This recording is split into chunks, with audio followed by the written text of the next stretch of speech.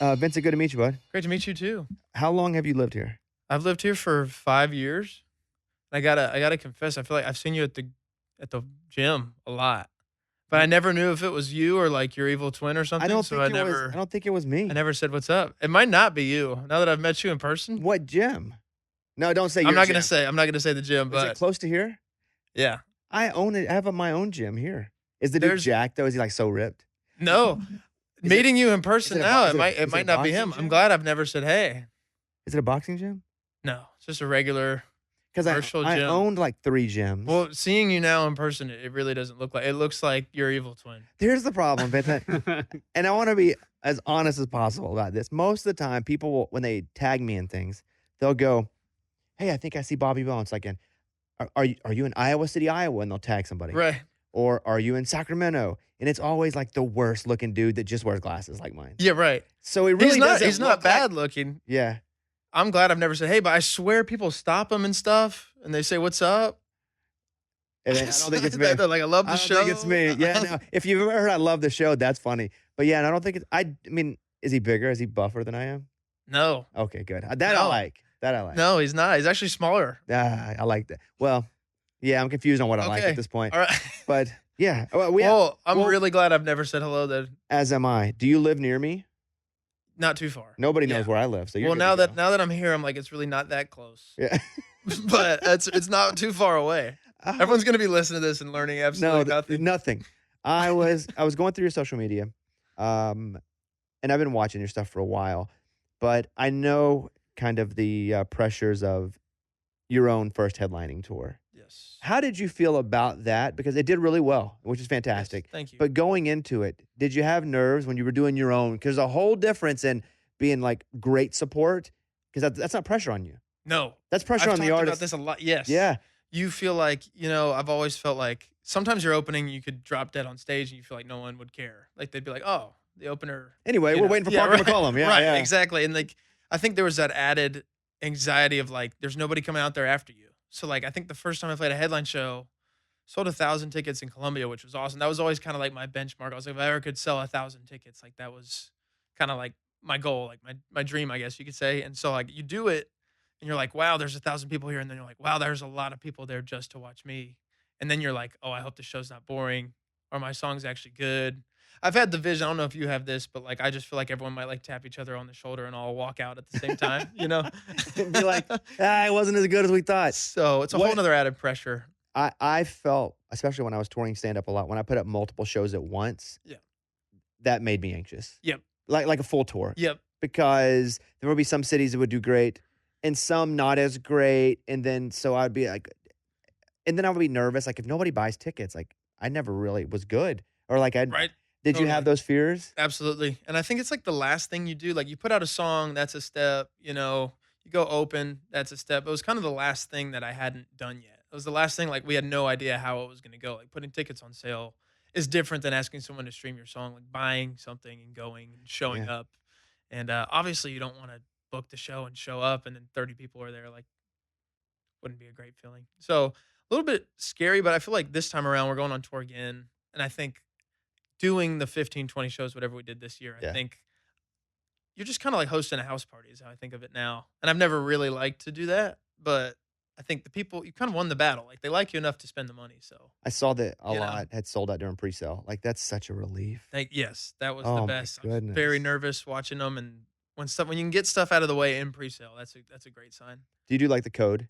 We do the code. We do a few different codes, 3 of them. Yeah. Yeah. Like one for fan club, one Yep. for local, Yep. Radio or whatever. Yep. Yeah, it's such a relief when I would just put heavy, heavy, heavy pressure on myself Totally. to not be washed up. Mhm. And you can't be washed up yet because you're like 24. Well, thank you. But you can never be washed. But you don't have that. You don't have that fear. You have confidence on stage. You feel good. Once I get out there, yeah, I do. There's some nights where you feel off, like, oh no, it's funny. We've played like 200 shows this year, and Really? yeah, Wow. more than not. If you do the math with all the radio stuff involved too, it's like 2 shows every 3 days, But it's just so funny. You do it over and over, and for whatever reason, there are nights where you think you're going to go out there and something's just going to go off, and you've done it 200 times, and it's just like, But once I get out there and you rip a couple songs, I feel like it's okay. But like a flat crowd, I think I know within one or two songs if it's going to be a good show, and you just got to get through it. It's part of the deal. Even when I'm doing my radio show now, aside from even doing stage stuff, there are days where I just feel flat, and at first I'll blame it on the audience. Yep. Or maybe I didn't get enough sleep. Or maybe my blood Totally. sugar's weird, Totally. or my dog is sick. Totally. And I'm like, "Man, what a flat crowd." And I now have done so many bad shows, and I mean this funny and seriously, that I know a lot of times it's me. Mhm.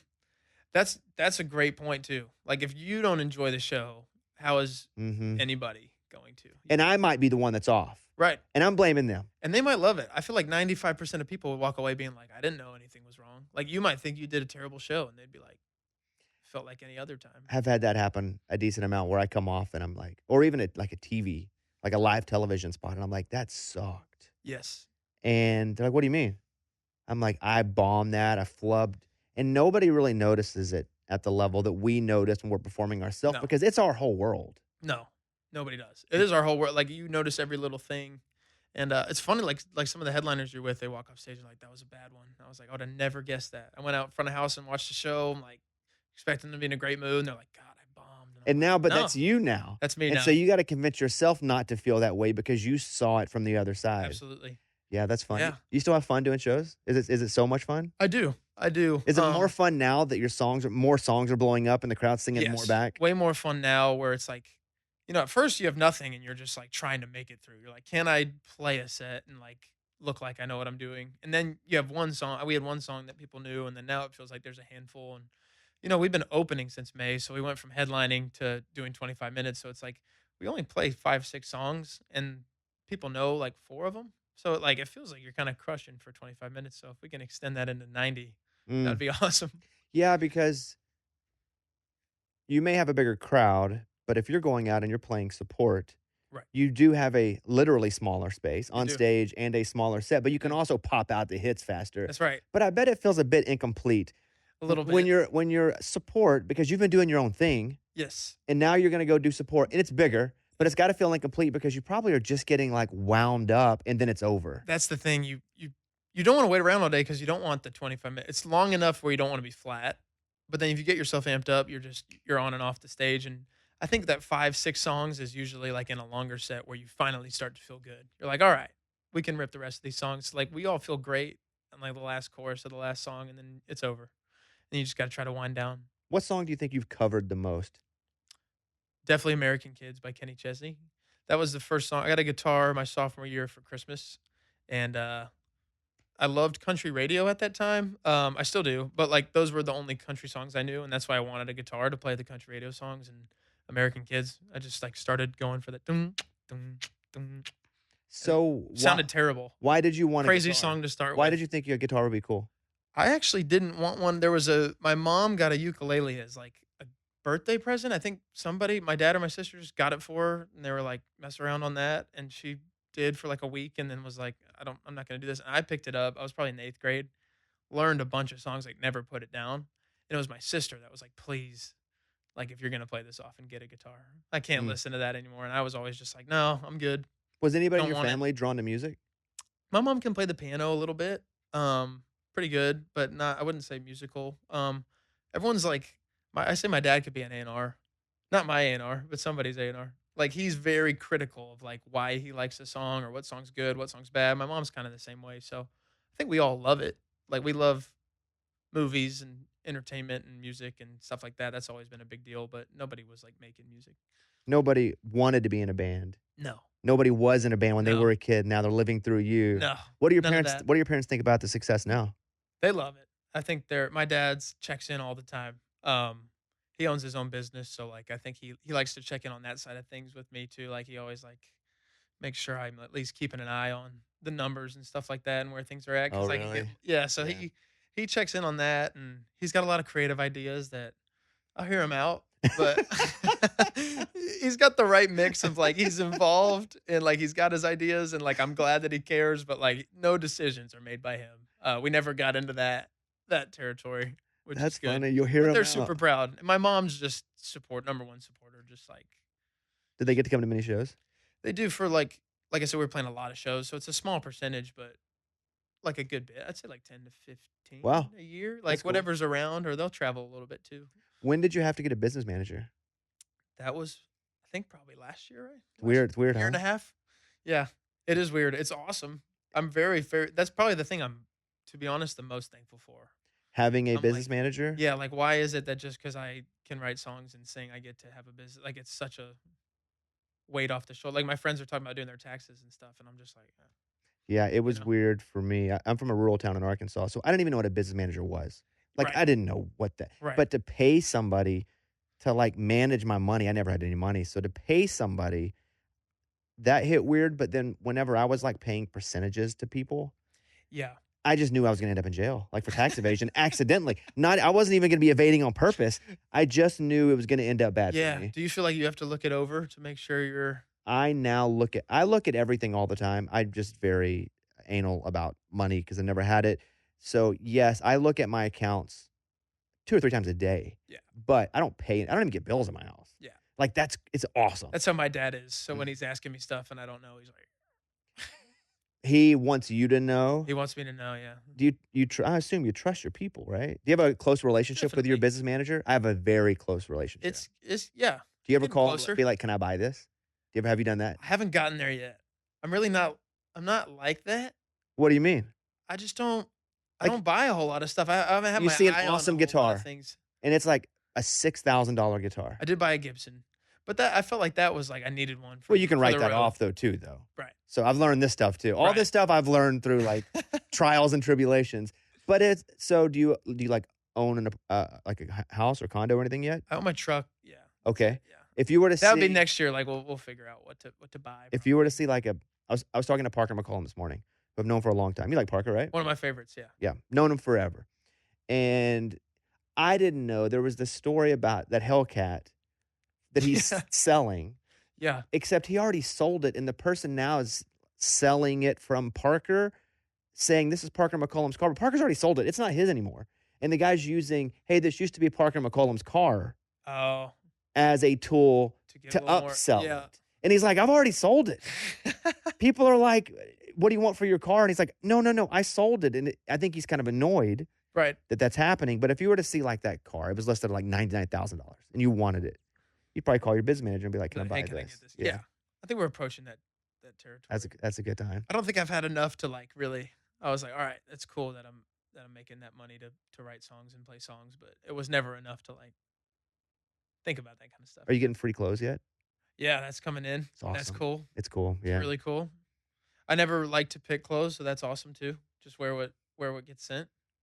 Yeah. That's great. Or wear what is free. That's right. That's awesome. A lot of free hoodies. It's a great feeling. It feels. Did you feel like that in like I feel like they made a mistake or something, or I'm just kind of like, who did what to make this happen? Like it's hard for me to wrap my mind around a brand like wanting me to wear something. I felt like two things. One, when I was poor, nobody wanted to give me anything. So it was the opposite. Like nobody wanted to give me crap when I needed it. Right. And then when I didn't need it anymore, everybody wanted to give me everything. Right. So I felt like that A was little backwards. Yes, I felt like that was very backward. Where were these? And then I felt the need to like prove to them I was worthy of their free stuff. I do that. Yeah, that's kind of what I'm getting at. Like I feel like somebody twisted somebody's arm to like get the Wrangler shirts. And I want to prove it like you sent me this, so I want to tag you and let you know how much I'm just grateful for. And in reality, you just wear it and they're happy with it. You don't Right. have to prove anything. Right. That's super cool, man. This last year feels like it had to be a blur then. 200 shows. 200 shows. That's a yeah. lot of not being home. It was a lot of not being home, and I think last fall we were out with Gavin Adcock the whole fall, and we were in the van, and that was just like it was such a fun tour to be on because we really did catch it when the whole thing was just Yeah. on the up. So it was cool to see, and the energy in those shows were crazy. But we were running around the van. I was just tired all the time, and that's kind of what the album's about. Is like that year and a half after we wrote that "Hell's a Dance For" song, where like everything just kind of became being on the road, and the album is working that out. But I feel like this year, I'm just saying all that to say this year, I feel like I found a little bit of a routine. I found a little bit of a way to make it feel as at home as you can. Yeah, as while soon as being it on the feels road. normal, it changes. Something's gonna change. Every time. And I you know. want it to be that way. I'm not Right. even saying that as a negative. You'll- Absolutely. And you'll always look back at and what's weird is I used to not be the old guy. And now I've been here long enough that I'm like, let me tell you this, young whippersnapper. It's such a weird thing, but you'll hopefully, in 2 years, you'll look back at this stuff and cringe.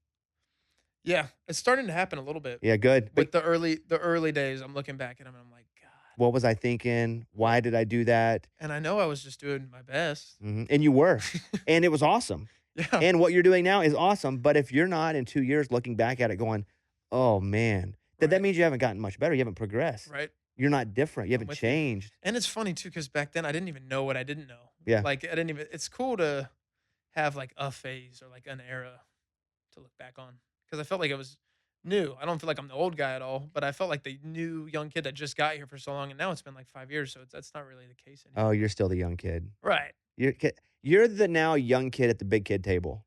That's a good way to say it. So you might be the old kid amongst the kid table at Thanksgiving. Right. You're the oldest toddler, but no, no, no, you're now the young kid at the big kid table. I saw that Hell on a Dance Floor. I was just looking at some data. It was like 100,000,000 streams. Yes. That's That's what significant. yeah, I mean, that pays the bills. it does. More than anything, it pays the freaking bills. It does. That's exciting. And it's just fun. Like I just put out that was like this probably the 15th or 16th song we put out, and it's just like you Really? said, as soon as stuff starts to feel normal and you're like, oh, another song's going out there, it's like it hits that's the one that catches everybody. But I didn't know that you had put out that many songs.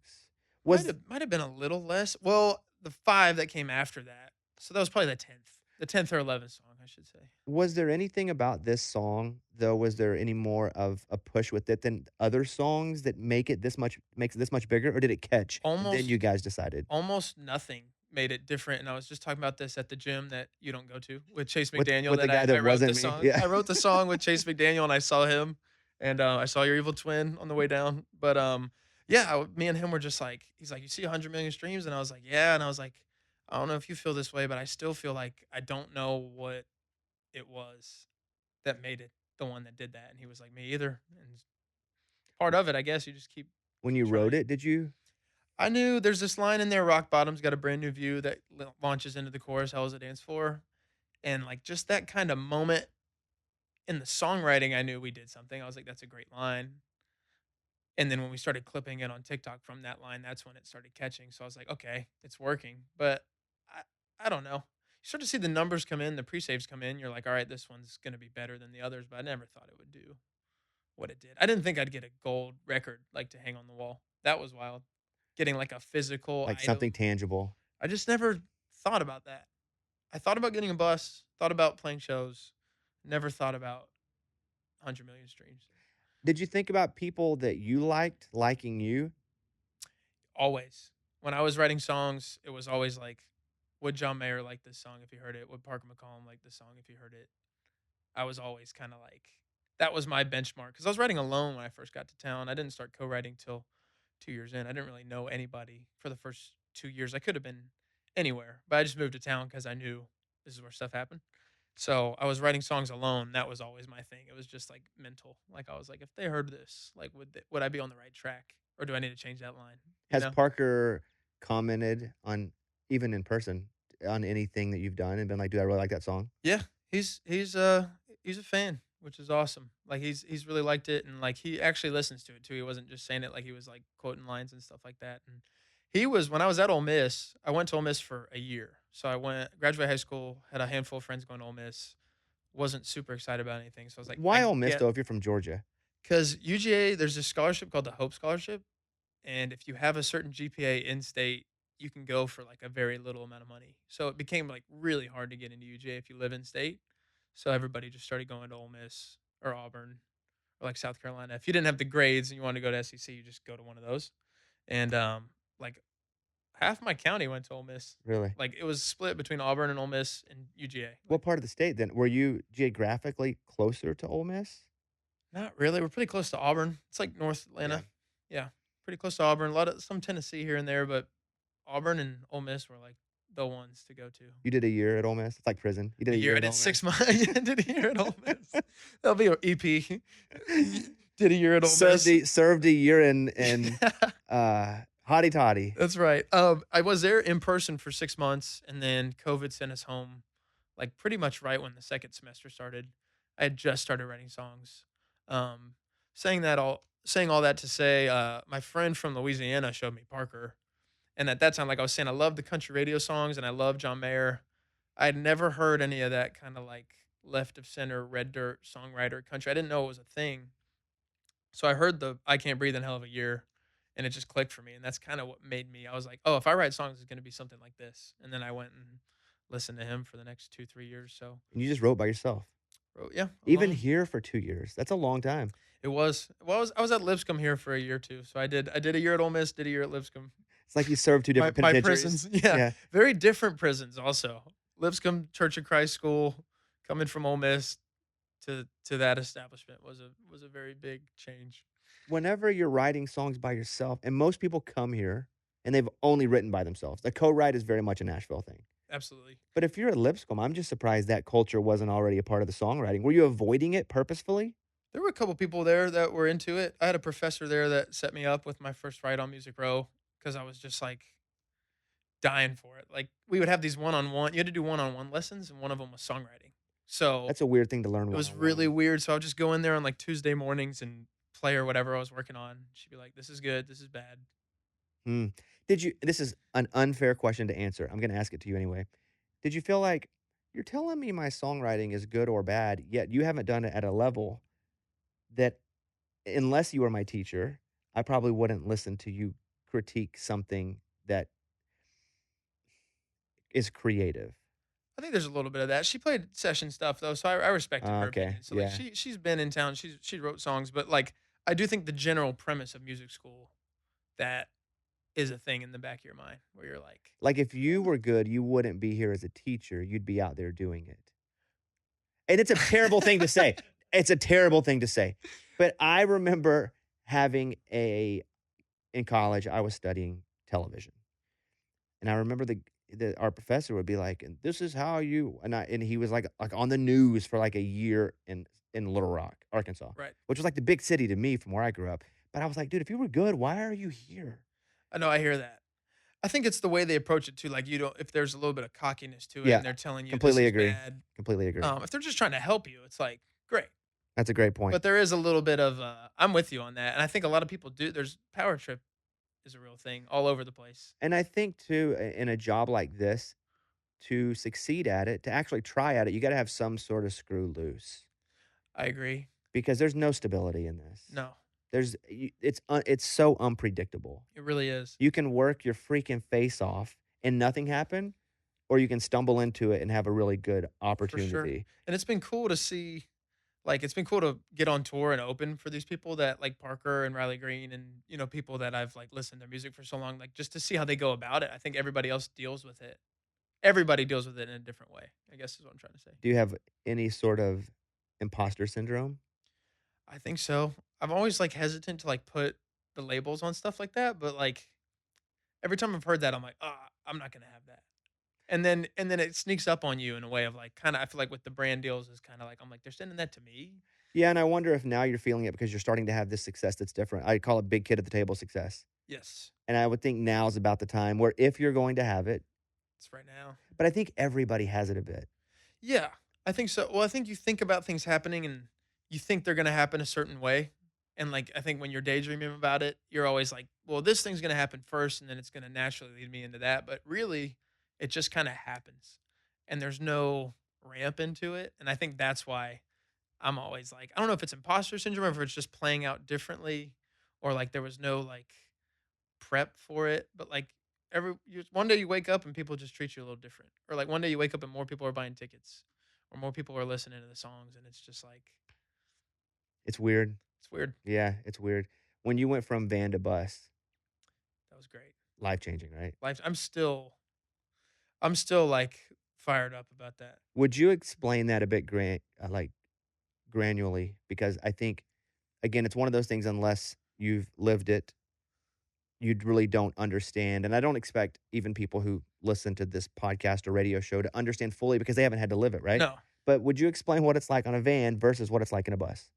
it is like it's actually life changing. I think back to the van days, and I'm like, I don't even know how we did it.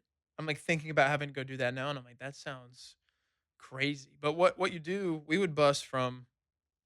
We would pull the van. Tour manager would go get the van. We'd rent a different van every weekend. And on Thursday or Wednesday night, whatever, we would load up at my apartment everyone would park in the spaces, and we'd load up the van, and then we'd drive to upstate New York, we'd drive to Kansas City, we'd drive to Milwaukee, however long it took, and then you're checking into hotels at 2, 3 AM, waking up at 8 AM, pulling up for sound check, doing sound check, 2 hours till you open. A lot of times you can't stay for the whole headliner. Back in the van, you're driving another 4 or 5 hours that night. People And are not taking comfortable in shifts, the van. not comfortable. Multiple people. It's not like beds. We were rolling with 7 and like a 16 passenger, but we didn't have a trailer. So like the first 4 rows were just like the drums and the guitars, and like a lot of times they're falling on you.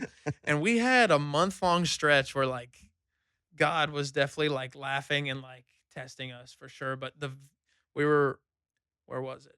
McFarland, Kansas. I remember we were driving to play with Gavin, Manhattan, Kansas, Kansas State. And we're driving 70 miles an hour. I'm half asleep. It's the middle of the day. And we just fall down. And the front tire, I just see it roll up a ramp it was a You hill. see the tire? The whole tire. We didn't blow a tire. Like the whole tire came off the axis. The axis is sparking on the highway. I see the tire.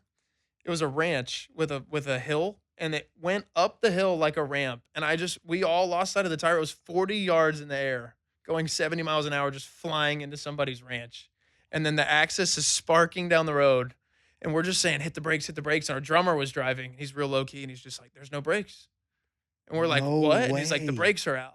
So we just skidded 100 yards to the side of the road in McFarland, Kansas, and everyone just watched us. Everyone was driving by, and I posted it on Instagram, and some kid was like, "I just passed you," and we were literally like, "Come get us." So he turned around in No this little truck, way. and he came and got us, and we took like 3, 4 trips from the van, and then everyone told us they're like, "This is the hottest day of the year," and we were like, "Great." You can't sit in the van on the shoulder because someone might hit you. So we're all just standing in the tall grass on the side of the road. It's 101 degrees, I think, and everyone's getting like sunburned, like actually sunburned. And that was one of our stories. We hit a black bear on the way to upstate New York where they had Woodstock. I forget the name of the venue, but we hit a black bear. That was our drummer. It all happened to our drummer. It was his I first think that shift. might be what the His common first shift driving. We're sitting in the front. Our other tour manager just went to sleep. He'd been driving all day. I remember we're listening to Talkin' Tennessee by Morgan Wallen, and the trees are like, you know, 15 feet wide. It looked like bugs are like this big. And I just remember being like, watch out for deer. Like, we don't need to hit a deer. And I said that, and I was looking to the left, expecting them to come out that way. That's where my eyes were. And then from the right, like the way you see a bear like in full sprint on like National Geographic, just ran across the front of the van. We just It wasn't sitting in the road. was not sitting there. It jumped like a It deer. jumped out in front of the van, and we caught the back of it. And that was Wow. our drummer's first shift driving the van. But Something else about the van is everybody has to drive or people have to drive. And then they have to do their jobs, right, which is the difference in the bus where you have a dedicated driver. very different. But like your drummer is driving for however many 3, 4, 6, whatever your schedule is. Then he's got to try to get some sleep. The tour manager takes over. Right, But then everybody's exhausted and they have to do their job, like the show as well. right. And the bus, game changer because now talk about the bus. Yes, that brings us to the bus. So a hawk also the next day flew right into the van. That's the last part of the van story. Is that But but that's into the driver's face, a hawk just was the drummer spread the driver spread again? wing. No, it was our other tour manager. So drummer got a break. Yeah, good Um, for him. He's not the one to blame. but so yeah, that brings us. We got on the bus in April, and I think all of us were just like, the bus was like mythical by that point. We were like, one day we'll be on the bus. Like when you're sitting on the side of the road, you're like, when we get on the bus, this won't happen anymore. But the bus is basically like a house. You have a driver. They have to have a CDL. They're licensed to drive 10 hours. You get another driver to take over. So you're not driving at all. No one on our crew drives anymore. Um, really, I sleep more than I've probably ever slept in my life because we really don't have to get up till sound check. And a lot of these later tours, it's not till like 4 p.m. So, you can go to bed whenever you want. I can wake up kind of whenever I want, unless I'm doing like a liner or something. But every day I wake up, there's a kitchen. We got stuff. We bus from a Walmart, so we go in the Walmart, buy all our stuff for the weekend every weekend. It's got all the stuff that we need in there, and Eat better, I sleep literally better. just wake up and walk into the front lounge every morning and like just take a breath out because that's what I wanted. Like being a fan of somebody like Parker, he talks about being on the road all the time. So I wanted to be on the road and I wanted to play shows, but the van was like quite literally starting to kill us, we were getting close. Bears, Hawks. I can't believe you saw the wheel. I saw the wheel. I lost sight of the wheel in the air. That's probably the craziest thing that Like, I've you're lucky seen. you didn't die. Truly. Like, if we were in a city, Yeah. that might have hit somebody, you know? Wow. Like, it was close. And the sparking on the road was, like, at that fast, like, the fast that we didn't skid over and the fan being backloaded and all anyway. Also, it's also you put in so many hours on the road, you're gonna have those kind of stories just based on being out there Right. so much. Same thing with playing live shows. Did you have any shows last year where things nothing was working and you're just having to patch it together? Yeah. Ears aren't That working. just happened to me in, Red West, Utah. What happened? Went out, first 6 minutes, my mic didn't work. And we were like it's a great crowd. That whole festival was awesome. Like they were really good about drawing crowds to every stage, and it was 12,000 people. And you go to sing your first song, and like we're talking about, you're getting yourself amped up. Like and festival days are always weird too because sound checks faster. You don't have your normal routine. You're playing at probably like 3 or 4 p.m. You're used to 7, 8, and I got myself hyped up, ran out there, saw the crowd. Another festival, kind of like putting tickets on sale. You're always like, how many people are going to come to our set? It's a great crowd. 12,000 people at the same time just started going, Oh, they're doing "Not on. Mic's not Oh, on. no. Can't hear you." 'Cause is the band playing around you? Band's playing around me. I got ears in. All you see is people just going, "Can't hear, can't hear." And you just have like an internal, I think, like anxiety attack probably is Because the you're best way. wondering, "Do I keep going? Do I stop everything?" Or were you playing to a click? Playing to a click. So you really can't And it's a manipulate. festival, Yeah, so you have a yeah, set time, so you can't start over yeah. unless you want to rearrange everything. And What happened? How'd that turn out? we got it on. It kind of became a funny moment because the first time I went on, I was like, "Can y'all hear this?" And everyone was like, "Ah." So it was good. But I think those moments when stuff don't work, I mean, you're thankful for the 200 shows that you've played because you're like, I guess this song's a wash. Like no one heard that song. Then we got into the rest of the set and it was fine. I found that I would if doing comedy especially, if I would bomb early on, I would just kill myself for it, and I'd be like, "I suck, I suck, I suck." But then I would realize, "Man, I bombed worse than this," the more shows I did, Yeah. and it turned out fine and great. Right. It allowed me to have confidence even when things didn't go right, that it was gonna be okay on the other side. You're gonna be okay. And the career's not over. Yep. Have you played like a lot? What's the percentage of stand-up shows to like? Because I know you Mm, play music too. just but comedy music, right? So not Right. fair, not like you. I don't have talent.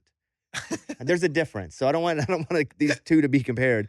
But probably, the last few years has been mostly stand-up. I wanted to do a special, Okay. and so I just went and toured. I did, like, 30 theaters.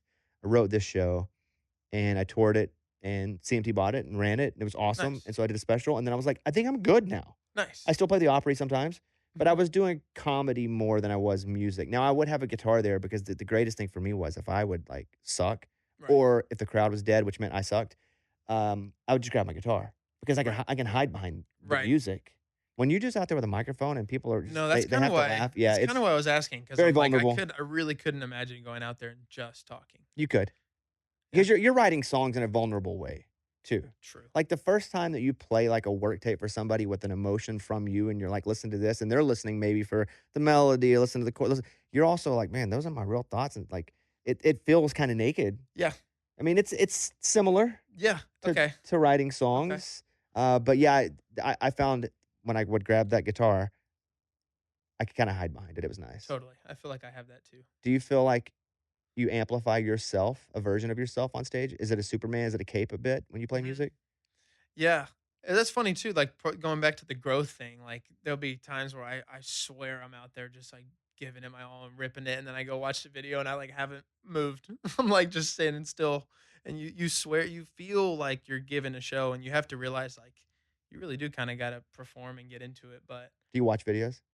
I watch what I get tagged in on Instagram. That's about it. Does And I that don't do it every night, but if I just see a lot of tags come in, like the story mentions thing at the top, you just click through. Yeah, oh, I know it well. Oh yeah. Yeah, I know it very well. Explain that crap to me, man. I see it and kill myself over it.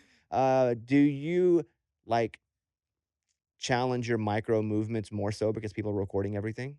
Yes, I think so. But going back to that thing, you just got to learn how to have. There's a balance. Like you got to have a good time yourself. You can't be just thinking about that. But yeah, I do think I try to exaggerate myself in my songwriting. That's for sure. Like I think I keep the emotions as true to myself as possible. But then like you're always leaning for like this is probably sounds a little bit cooler than what actually happened, or how can I make this a little bit more, uh, you know, aesthetic maybe is the word. But songwriting and like making records, I go into this mode where like I've tried to explain it. I tried to explain it to Jake Gear, who I produced the album with, and he was just like, I didn't understand any of Try that, it. but he was like, "You're doing great," and I was like, "All right."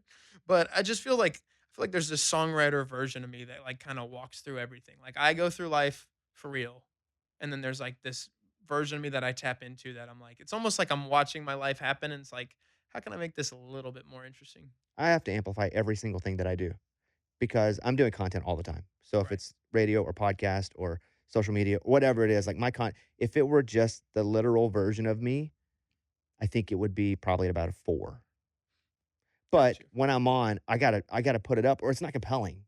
Yeah, Like, I don't totally. feel like me, the everyday person, is that compelling. I feel like I have very compelling thoughts, I go through the same so I thing have to amplify them, and I keep note do you keep notes of, like of thoughts. yeah, Yep. Hmm. yeah. I broke my phone at in Utah. I had this case that fell apart, and I like you never want to go get a new phone. Like it's just not a fun thing to do, and I just dropped it one too many times, and the screen wouldn't open, and that was the thing I was the It wouldn't most do Face panicked at. ID? Like, it wouldn't even flop I up? could It kept disabling itself because I would press one number and it would just fill out the passcode itself, and it was disabling for 8, 16 hours, 24 hours. So I had to take it to a screen repair place to even get into it. I bought the new phone, then I didn't have any of my passwords to even back it up. So like it was a whole deal. But my notes app was the thing I was the most worried about because I've written down so much stuff in there, and like Were you able to get it off the cloud? I was able to get it. Well, not off the cloud. I had to go to a screen repair place, fix the old phone, open it, and then I was able to back it up. But I was for like 6 days. I thought I lost all my notes, but I write. I really do. I'm probably gonna write them down in a notebook now. Mm. But I have a lot of thoughts and like But a notebook's hard to lyric travel ideas. with everywhere. Like, for me, It is because 'cause I've got, like, 6 tabs on, like, 6 different things that I do, and I'm constantly writing notes in each tab. I'd be walking around with a freaking spiral right, notebook and you all don't the want to time. stop. It's so much easier to stop and just Yeah. you don't want to get the pen and pad out. What are But you mostly writing? Song concepts, ideas, lyrics, all I'm the not like above? I feel like in Nashville, everyone's a title person. Like it always starts with the title. Everyone's throwing out titles, and I don't think of those as easily as I write down something that might be a lyric, and then I like look at it, and then I'll write down like I try not to write down like more than a verse or half a verse. Will you do And that voice memos with melodies? yes, that's the main thing. Really, I don't write too much down. I write down enough to like remember it. Honestly, I write it down to remember it because like kind of just the act of writing it down helps me remember. And then from there, I try to make it all feel. And Chris Stapleton, John Mayer, I've learned to write songs on YouTube just how they did it, and like they just say to start singing. You put a work tape on the record. Yeah. That's the last track on there. Yes. Why? That was that song. There was this kind of like 2 or 3 week. We had the cut dates for the studio, so we knew when we were going in. There was this 2 or 3 week stretch where we knew what we wanted the album to be called. We knew what the general idea was. And Days Are Numbered, the last song, the last full song on the album, got written that week, and a song called Painkiller got written that week. Which both made the record. Yeah. Yes. So like I was in this like beat the buzzer kind of like what else can we write that's gonna make the record? And I wrote Good Run, that work tape, pretty quick. It like fell out. Like if I get hot writing songs, I can do that. I don't usually get like the one take, like it just fell out 5 minutes thing.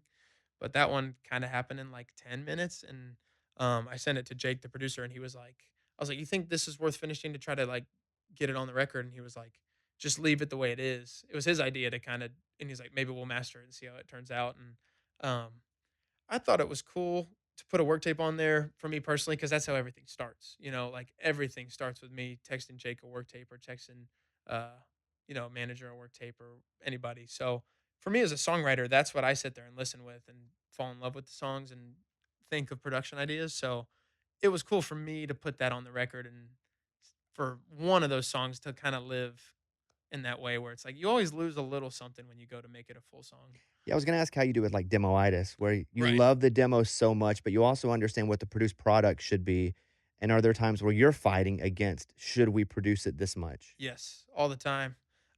Really didn't run into it too much with the record, which was great. Like I think the way that Jake and I directed the band, like it really did feel good. And I was sitting in an ISO booth playing, so everyone was kind of playing to me. So we had that work tape feel, which was awesome. But yeah, anytime you go down that rabbit, it was cool to just not have to worry about it. I was like, let's just get a good one take and it's kinda one of my favorite things. And I feel like if I had finished it, people would kinda shrug and be like, it's alright." But the half song, like, all these playbacks and stuff, people are like, "What about the rest of it?" And Yeah, I'm that's like, cool. I just played 14 full songs and you kinda shrugged at them. But the half song, it's just human nature, like, everyone wants the rest of it, you know? Who do you feel will give you honest feedback on the record? There's 14 tracks on the thing, but who would you give it to? And you know they're gonna have after it's completed, you're not changing anything, but you trust them to go, "I really loved Painkiller." But my favorite wasn't so and so. Who do you trust to do that? Mm. Everything goes I send everything to my dad. He's just a straight shooter, and I just remember from the beginning, like, when I told him I was writing a few songs, he was like, "I'm gonna tell you if they're not good." And, he's always been that honest, so, like, I know that he's somebody that will tell me when he doesn't like it, so I send it to him. Like I said, I take it with a grain sometimes too, because like, You have to. he will listen to something, and a month later, he'll be like, "You know what? It is better this way." Like, "It's a good thing you didn't go with my idea." So, but I trust his general opinion. It's just kinda my part of the workflow now, like, dad's gotta approve it, or at least I gotta hear what he's gotta say. And then, I would say Sean at our label, he signed me. They had started their own label, and he was the first person to ever contact me from the music industry, signed me off at TikTok. Did he Um, DM? he DM'd me And on were you Instagram. like, "Is this a scam?" Yeah, well, kinda. When they first, like, said they wanted to work with me and sent over the contract, I was like, I'm good." I was 18 or 19, and I just remember all the stories of it was technically a development deal, and that's, like, kind of a bad word to a lot of people, like, that's where they sign everything forever with the young kid, and I didn't want that to happen, so I was like, "No." And then they helped me put songs out anyway. They were like, "Alright, well, we just wanna help you," Oh, and you said no. I said no the first contract, and they helped me put out songs anyway. They're like, "We wanna help you get these songs out." So they set me up with a producer. I didn't sign anything, and they just helped me through the first couple songs, and I was kinda like, "I don't think they would do that if they were trying to steal all my stuff." Yeah. And then I talked to my dad about it, and we actually, like, got a real lawyer to look at it, and we had more meetings about it, and then Sean and Max, both of them started that label, ended up partnering with Interscope, so that's how that side of the deal got worked in, but Sean's, like, creatively a really good friend of mine, so I always send everything to Sean, for Any of sure. these songs on this record about anybody super specific? You know, I've kinda stepped away from that. I think in the beginning, um, you're writing about somebody in mind, but now I feel like I write more about the feelings, and you use the story to get the feeling across. I don't like it to be, "This is about this person." Well, that's a great answer if you did and you don't want them to know. Like, you're winning in multiple ways by giving that For answer. sure. Yeah. Um, Also, I'm older now, so it's not just there's not just one. It's like there's more people to write about than just one. So I think I try to write about the feelings that came out of that, and like where I was at in life, and like, but I don't know. I don't really sit down and think like, I'm gonna write about you. I'm gonna get you. It doesn't have to be bad, it could also be good. I Dang. guess you could write a nice song about Yeah. somebody. Like a love song, ever heard of those? No, I don't write Yeah, those. that's how yeah, you I don't should write those. That's the Parker McCollum method. Mhm. What's the last song you wrote that made the record? Days Are Numbered was the last full song, and then Good Run was the last thing we, like, tacked on. But, Days Are Numbered was cool because I had There I Go, the title track. I wrote that verse chorus by myself and finished it with my friend Jack, and, we knew we wanted to call it There I Go, and I like to say if There I Go is us setting out in the van and wheels flying off the van and hitting black bears and stuff, I feel like Days Are Numbered is waking up on the bus one day, thinking about all of it and thinking about that, 12 months to a year and a half of I never stop and think about stuff. I think I'll just charge through 6 months, like, just doing whatever I gotta do, and I don't stop and think about it, and I think Days Are Numbered is, like, stopping and thinking about, "Oh, all this stuff has happened since I moved to town." Like, you wake up on a bus one day, it's like, all that stuff I wanted to happen is happening, and here's the ups and downs with it, so I like that one, and I'm glad it makes sense it was the last one. It was kinda like it was the bookend of, like, Mhm. "Okay, we have a record now," you know? Does it feel like you've been here forever and just here yesterday at the same time? Absolutely. Yeah. When I like, when someone asked me I hadn't been asked, how long I've been in town for a while, and saying 5 years is crazy because I feel like I was always just saying, "I just got here, I just got here." When you moved, what'd you pack up? A car, truck, do Picked van? up I was driving a Passat at the time, drive a Nice. Chevy now, Yeah, um, flex. but I had a There's my one flex. There's the business managers. Yeah, I had a Passat, loaded it down with my guitar and, like, one suitcase full of clothes, I think that's That's it. yeah. Did you have a roommate? Xbox. You dorm? Apartment. Yeah, I had a roommate, one of my friends I met at Lipscomb, and then now I live with one of my best friends from home. One of my really good friends from home got a job in Nashville, so we live together, but You say live. I mean, you're not even here. I don't live yeah, he basically lives alone. I went out for 53 days out of 56 days, a 56-day stretch, and I got home and he was like, "Man, I need to get, like, a dog."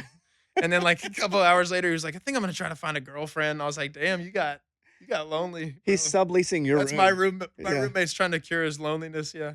Well, congratulations on everything, man. It's super cool to see, and like I said, it's cool to see like your version of what's happening. Yeah, Because to me, I'm seeing because I really only see the big kid table at this point. right.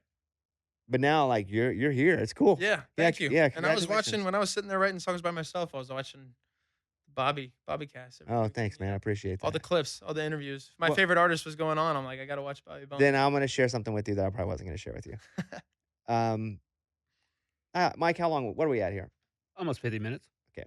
So, do you care if I say your age? Do you care? No, Okay. 24. Yeah.